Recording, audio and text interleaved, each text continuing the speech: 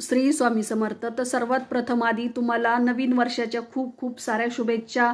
माझ्या यूट्यूब फॅमिलीलाही माझ्याकडून खूप खूप साऱ्या शुभेच्छा. आणि येणारं 2024 वर्ष हे तुम्हाला स्वामीमय जावो आणि स्वामी महाराजांच्या कृपेने तुम्हाला तुमच्या मनातील साऱ्या इच्छा आकांक्षा महाराज पूर्ण करो. तसंच तुम्हाला खूप सारे आरोग्य लाभो, खूप सारे संपत्ती लाभो आणि खूप सारं तुम्हाला आयुष्य लाभो, हीच महाराजांचरणी प्रार्थना. आणि तुमच्या मनातील जे काही शंका असेल तुमचे सगळेही दुःख महाराज या वर्षी तुमच्या पूर्ण करो, हीच महाराजांचरणी प्रार्थना आहे. आणि मला तुम्ही खूप सारा सपोर्ट करत आहात त्याबद्दलही तुमचे खूप सारे मनापासून आभार आहे. आणि यापुढेही मला असंच सपोर्ट करत राहा, कारण मला तुमची गरज आहे. त्यामुळे तुम्ही मला असाच प्रकारे सपोर्ट करत राहा. तर आजचा व्हिडिओही आपला असाच असणार आहे की आपल्या आरोग्यसंबंधी, आपल्या धनलाभासंबंधी किंवा अनेकांना पैशांच्या अडचणी असतात त्या संबंधी आजचा व्हिडिओ आहे.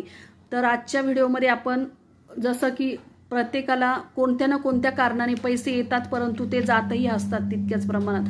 तर असे काही घरगुती आपल्याला जे काही थोडेफार आपल्याला करायचे बदल आहे की जेणेकरून आपण जे पैसे कमवतो ते आपल्याजवळ टिकून राहण्यासाठी किंवा आपल्याला लक्ष्मी प्राप्ती राहण्यासाठी आजचे मी तुम्हाला व्हिडिओमध्ये माहिती सांगणार आहे. अगदी सोपे आहे आणि आपल्याला ते घरातच करायचे आहे. म्हणजे अगदी आपण म्हणजे असं काही कुठे बाहेर जाण्याची गरज नाही किंवा कुठे, आणि अगदी 100% रिझल्ट देणारे हे महाराजांचे तोडगे आहेत.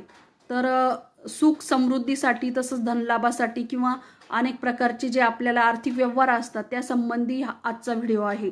तर सर्वात प्रथम आधी आहे की आपल्याला श्रीयंत्राची देवघरात पूजा करायची आहे आणि श्रीयंत्र लाल कपड्यात गुंडाळून ते आपल्याला आपल्या तिजोरीमध्ये ठेवायचं आहे. त्यामुळे आपल्याला चांगल्या प्रमाणात धनलाभ होत असतो किंवा जे आलेले पैसे आहेत ते कधीही संपत नसतात, थोडेफार का होईना आपल्या खिशामध्ये असतात. त्यानंतर दुसरं आहे की ज्या घरात रोज श्रीसूक्ताचे नित्य पाठ होत असतात त्या घरामध्ये लक्ष्मीचा वास निरंतर राहत असतो. कारण श्रीसूक्त हे लक्ष्मीचं प्रतीक मानलं जातं. त्यामुळे आपल्या घरात दिवसातून कोणत्याही वेळेस एकतरी श्रीसूक्ताचं पाठ केला पाहिजे. नंतर आपल्या देवघरामध्ये एक नारळ घ्यायचा आहे आणि तो सॅटिनचा किंवा जो आपला रेशमी कपडा असतो त्या कपड्यामध्ये गुंडाळून तिजोरीत ठेवायचा आहे. त्यामुळेही चांगल्या प्रमाणात आपल्याला लक्ष्मीची प्राप्ती होत असते.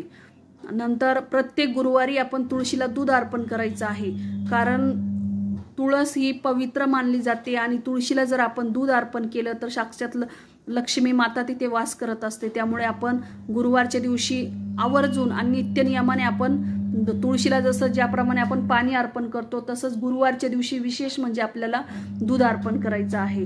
नंतर रोज पूजेच्या वेळी देवीच्या फोटोला किंवा श्रीयंत्राला एक नागकेशर व्हायचं आहे आणि प्रार्थना करायची आहे लक्ष्मी प्राप्तीसाठी, कारण लक्ष्मीला नागकेशर हे अत्यंत प्रिय आहे. त्यामुळे आपण ते त्यांना अर्पण करायचं. नंतर आपल्याला एक लाल रिबन घ्यायची आहे.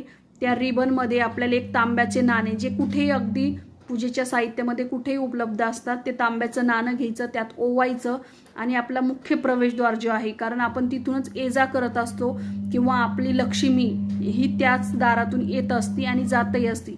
त्यामुळे लक्ष्मी स्थिर होण्यासाठी किंवा लक्ष्मी प्राप्तीसाठी आपण हे नाणं रिबनमध्ये टाकून वरती मुख्य प्रवेशद्वाराला गुंडाळायचं आहे. हे तुम्ही कोणत्याही दिवशी करू शकतात, मंगळवार, गुरुवार किंवा शुक्रवार या देवीच्या वाराच्या दिवशी करू शकतात. नंतर आपल्या देवघरामध्ये एकतरी नारळ ठेवायचा आहे, म्हणजे शेंडी असलेला नारळ आपल्या देवघरात ठेवायचा आहे. परंतु ती शेंडी ही आपल्याकडे आली पाहिजे, कारण जसं नारळ येतं त्याच पद्धतीने आपल्याला देवघरात ठेवायचं आहे.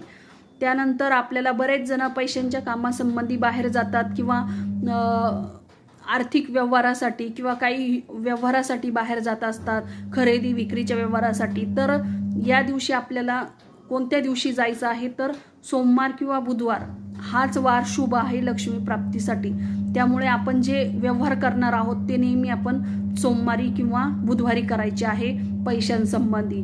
तर असे हे साधे साधे आपण तोडगे केले किंवा साधे साधे घरामध्ये जर बदल केले तर आपल्यावरती लक्ष्मीची कृपा तसेच महाराजांची कृपा नक्कीच राहत असते आणि आपल्याला भरभरून लक्ष्मी आपल्या घरामध्ये येत असते, आपल्याला कशाचीही कमी पडत नाही. तर अशा प्रकारे तुम्ही या नवीन वर्षामध्ये संकल्प करून नक्कीच ही सेवा करा. महाराज तुम्हाला भरभरून आशीर्वाद देतील आणि लक्ष्मी प्राप्ती होईल. श्री स्वामी समर्थ.